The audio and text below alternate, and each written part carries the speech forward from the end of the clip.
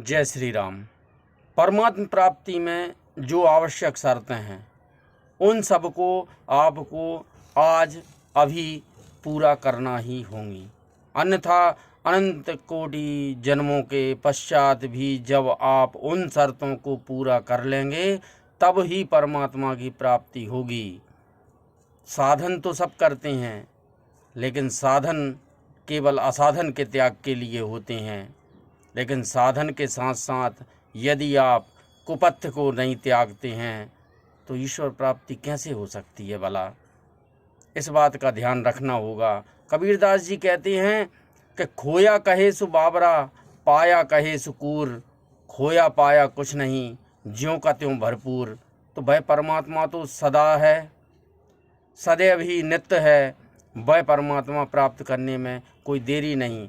वह हाजरा हुजूर है। सुरत फंसी संसार में, तासे पर गई दूरी, सुरत बांध स्थिर करो, आठों पहर हुजूर।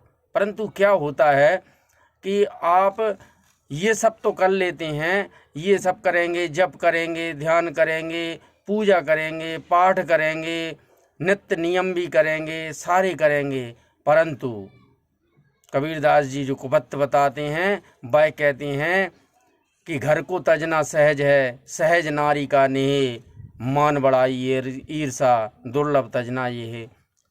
तो जब तक आपके अंदर से मान बढ़ाई और ईर्षा की भावनाएं नहीं निवृत्त होंगी तब तक भला कैसे ईश्वर की प्राप्ति हो सकेगी। इसलिए गोस्वामी तुलसीदास जी कहते हैं कि घर कीजे घर जात है, घर छोड़े घर जाए, घर तुलसी घर बन बीच ही, रहो प्रेमपुर छाए। यदि आपने इस घर को पूर्ण रूप से मान लिया, माया में, ममता में, मोह में, सभी कार्यों में यदि आप फंस गए तो आपका वो परमात्मा रूपी असली घर छूट जाएगा। परंतु यदि उस घर के लिए आप इस घर का ध्यान नहीं रख पाए तो ये घर छूट जाएगा। अतः गोस्वामी जी कहते हैं कि तुलसी घर बन बीच ही, रहो प्रेमपुर छाए, यहीं रहो। और भगवान के वचनों के अनुसार, भगवान श्री कृष्ण के वचनों के अनुसार वो कहते हैं तस्मात् सर्वेषु कालेषु मामनु स्मर च युद्ध चा।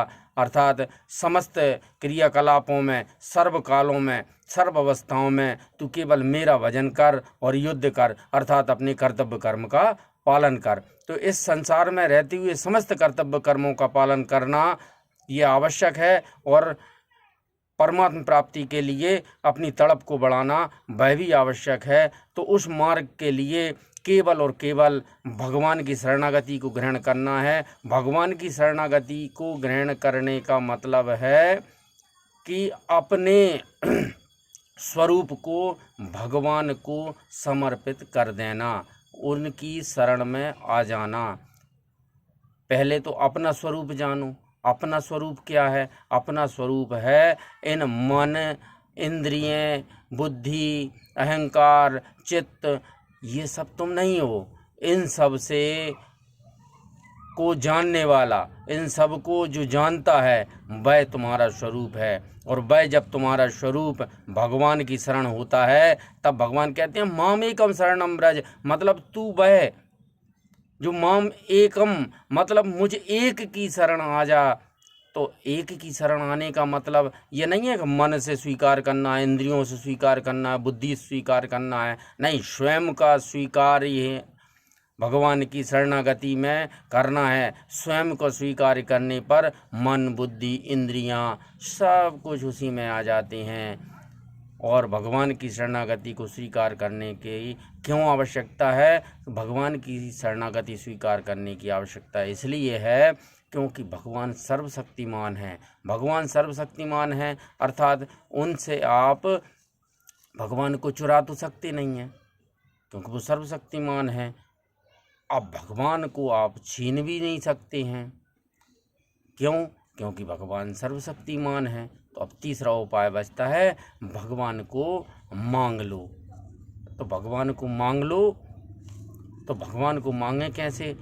ऐसे मांगे जैसे कि भगवान आप हमारे हैं, हम आपके हैं।